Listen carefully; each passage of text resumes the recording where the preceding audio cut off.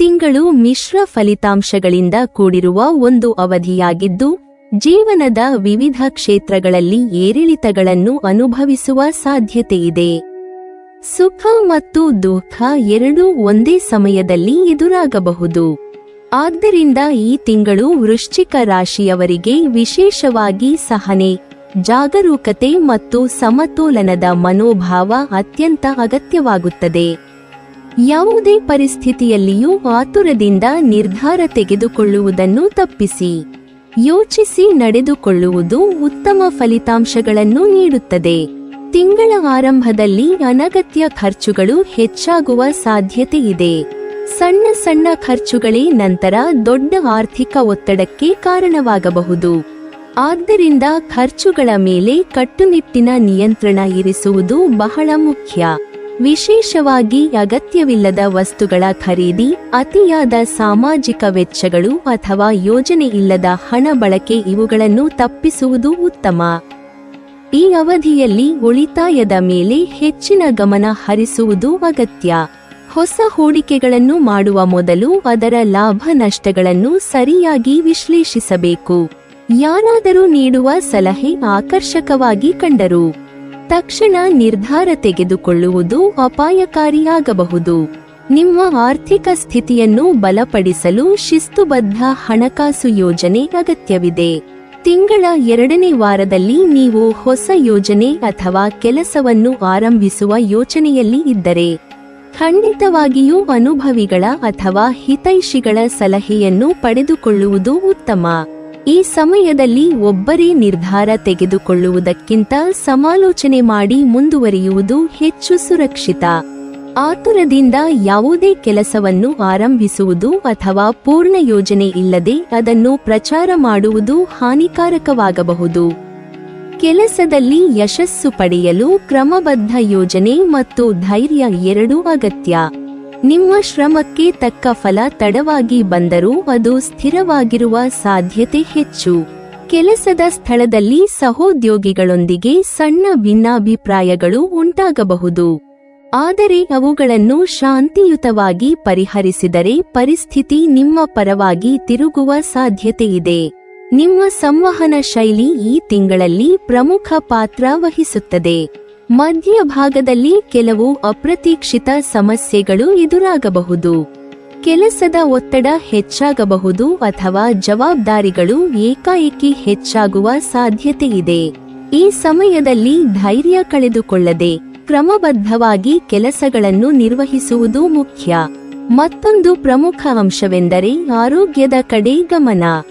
ಆಹಾರ ಪದ್ಧತಿಯಲ್ಲಿ ಅಸಮತೋಲನ ಉಂಟಾದರೆ ದೇಹದ ಶಕ್ತಿ ಕುಗ್ಗಬಹುದು. ಆದ್ದರಿಂದ ಸರಿಯಾದ ಆಹಾರ, ಸಮಯಕ್ಕೆ ಊಟ ಮತ್ತು ಸಾಕಷ್ಟು ವಿಶ್ರಾಂತಿ ತೆಗೆದುಕೊಳ್ಳುವುದು ಅಗತ್ಯ. ಜಂಕ್ ಫುಡ್ ಅಥವಾ ಅತಿಯಾದ ಹೊರಗಿನ ಆಹಾರವನ್ನು ತಪ್ಪಿಸುವುದು ಉತ್ತಮ. ಮಾತಿನ ಮೇಲೆ ನಿಯಂತ್ರಣವು ಬಹಳ ಮುಖ್ಯ. ಅತಿಯಾದ ಮಾತು ಅಥವಾ ಕಠಿಣ ಶಬ್ದಗಳು ಸಂಬಂಧಗಳಲ್ಲಿ ಅಸಮಾಧಾನ ಉಂಟುಮಾಡಬಹುದು. ಶಾಂತವಾಗಿ ಮತ್ತು ಯೋಚಿಸಿ ಮಾತನಾಡುವುದು ಉತ್ತಮ ಫಲಿತಾಂಶಗಳನ್ನು ನೀಡುತ್ತದೆ. ತಿಂಗಳ ಉತ್ತರಾರ್ಧದಲ್ಲಿ ಕೆಲಸದಲ್ಲಿ ಕೆಲವು ಅಡಚಣೆಗಳು ಕಂಡುಬಂದರೂ ಅವುಗಳು ಕ್ರಮೇಣ ಸರಿಯಾಗುವ ಸಾಧ್ಯತೆಯಿದೆ. ಆರಂಭದಲ್ಲಿ ತೊಂದರೆಗಳಿದ್ದರೂ ನಂತರ ಪರಿಸ್ಥಿತಿಗಳು ನಿಮ್ಮ ಪರವಾಗಿ ತಿರುಗುವ ಸೂಚನೆ ಇದೆ. ಈ ಅವಧಿಯಲ್ಲಿ ಸಹನೆ ಮತ್ತು ನಿರಂತರ ಪ್ರಯತ್ನ ಮುಖ್ಯ ಪಾತ್ರ ವಹಿಸುತ್ತದೆ. ನಿಮಗೆ ನಿಕಟರಾದವರ ಬೆಂಬಲ ದೊರೆಯುವ ಸಾಧ್ಯತೆಯಿದೆ. ಕುಟುಂಬದವರು ಅಥವಾ ಸ್ನೇಹಿತರು ನಿಮ್ಮ ನಿರ್ಧಾರಗಳಿಗೆ ಬೆಂಬಲ ನೀಡಬಹುದು. ಈ ಬೆಂಬಲವು ನಿಮ್ಮ ಆತ್ಮವಿಶ್ವಾಸವನ್ನು ಹೆಚ್ಚಿಸಲು ಸಹಾಯ ಮಾಡುತ್ತದೆ ಮತ್ತು ಮುಂದಿನ ನಿರ್ಧಾರಗಳನ್ನು ಹೆಚ್ಚು ಸ್ಪಷ್ಟವಾಗಿ ತೆಗೆದುಕೊಳ್ಳಲು ನೆರವಾಗುತ್ತದೆ. ಪ್ರೇಮ ಸಂಬಂಧಗಳಲ್ಲಿ ಈ ತಿಂಗಳು ಸಾಮಾನ್ಯವಾಗಿ ಸಿಹಿತನ ಉಳಿಯುವ ಸೂಚನೆ ಇದೆ. ಸಣ್ಣ ಸಣ್ಣ ಮನೋಭಾವ ಬಂದರೂ ಅವು ದೊಡ್ಡ ಸಮಸ್ಯೆಯಾಗುವುದಿಲ್ಲ. ಪರಸ್ಪರ ಅರ್ಥ ಮಾಡಿಕೊಳ್ಳುವ ಮನೋಭಾವ ಇದ್ದರೆ ಸಂಬಂಧಗಳು ಇನ್ನಷ್ಟು ಬಲವಾಗಬಹುದು. ಜೋಡಿಗಳ ನಡುವೆ ಸಂವಹನ ಹೆಚ್ಚಾದರೆ ಸಂಬಂಧದಲ್ಲಿ ಹೊಸ ಹತ್ತಿರತೆ ಮೂಡಬಹುದು. ಆದರೆ ಅಹಂಕಾರ ಅಥವಾ ಅತಿಯಾದ ನಿರೀಕ್ಷೆಗಳನ್ನು ತಪ್ಪಿಸುವುದು ಉತ್ತಮ. ಪ್ರೀತಿ ಮತ್ತು ಸಹನೆ ಎರಡೂ ಸಮತೋಲನದಲ್ಲಿದ್ದರೆ ಸಂಬಂಧಗಳು ಸುಗಮವಾಗಿ ಸಾಗುತ್ತವೆ. ಆರೋಗ್ಯದ ದೃಷ್ಟಿಯಿಂದ ಈ ತಿಂಗಳು ಸಾಮಾನ್ಯವಾಗಿ ಸ್ಥಿರವಾಗಿರುತ್ತದೆ. ಆದರೆ ಆಹಾರ ಮತ್ತು ದಿನಚರಿಯಲ್ಲಿ ಅಸಮತೋಲನ ಉಂಟಾದರೆ ಸಣ್ಣ ಆರೋಗ್ಯ ಸಮಸ್ಯೆಗಳು ಕಾಣಿಸಿಕೊಳ್ಳಬಹುದು. ವಿಶೇಷವಾಗಿ ಜೀರ್ಣಕ್ರಿಯೆ, ಒತ್ತಡ ಅಥವಾ ನಿದ್ರೆಯ ಕೊರತೆ ಸಂಬಂಧಿತ ಸಮಸ್ಯೆಗಳ ಬಗ್ಗೆ ಎಚ್ಚರಿಕೆ ವಹಿಸಬೇಕು. ನಿಯಮಿತ ವ್ಯಾಯಾಮ, ಸರಿಯಾದ ಆಹಾರ ಮತ್ತು ಮಾನಸಿಕ ಶಾಂತಿ ಈ ತಿಂಗಳಲ್ಲಿ ಬಹಳ ಮುಖ್ಯ. ಧ್ಯಾನ ಅಥವಾ ಯೋಗದಂತಹ ಅಭ್ಯಾಸಗಳು ಮನಸ್ಸಿಗೆ ಶಾಂತಿ ನೀಡಬಹುದು ಮತ್ತು ದೇಹದ ಶಕ್ತಿಯನ್ನು ಹೆಚ್ಚಿಸಬಹುದು. ಈ ತಿಂಗಳು ವೃಶ್ಚಿಕ ರಾಶಿಯವರಿಗೆ ಕಲಿಕೆಯ ಮತ್ತು ಅನುಭವದ ಅವಧಿಯಾಗಿದೆ. ಏರಿಳಿತಗಳಿದ್ದರೂ ಸಹನೆಯಿಂದ ನಡೆದುಕೊಂಡರೆ ಉತ್ತಮ ಫಲಿತಾಂಶಗಳನ್ನು ಪಡೆಯಬಹುದು. ಯಾವುದೇ ನಿರ್ಧಾರವನ್ನು ಆತುರದಿಂದ ತೆಗೆದುಕೊಳ್ಳದೆ ಯೋಚಿಸಿ ಮತ್ತು ಸಲಹೆ ಪಡೆದು ಮುಂದುವರಿಯುವುದು ಯಶಸ್ಸಿಗೆ ದಾರಿ ಮಾಡುತ್ತದೆ. ಶಿಸ್ತು, ಸಂಯಮ ಮತ್ತು ಧೈರ್ಯ ಈ ತಿಂಗಳ ಪ್ರಮುಖ ಕೀಲಿಕೈಗಳು ಆಗಿವೆ.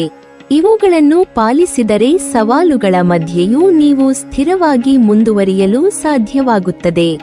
ನೀವಿನ್ನೂ ನಮ್ಮ ಚಾನೆಲ್ ಅನ್ನು ಸಬ್ಸ್ಕ್ರೈಬ್ ಮಾಡಿಲ್ವಾ?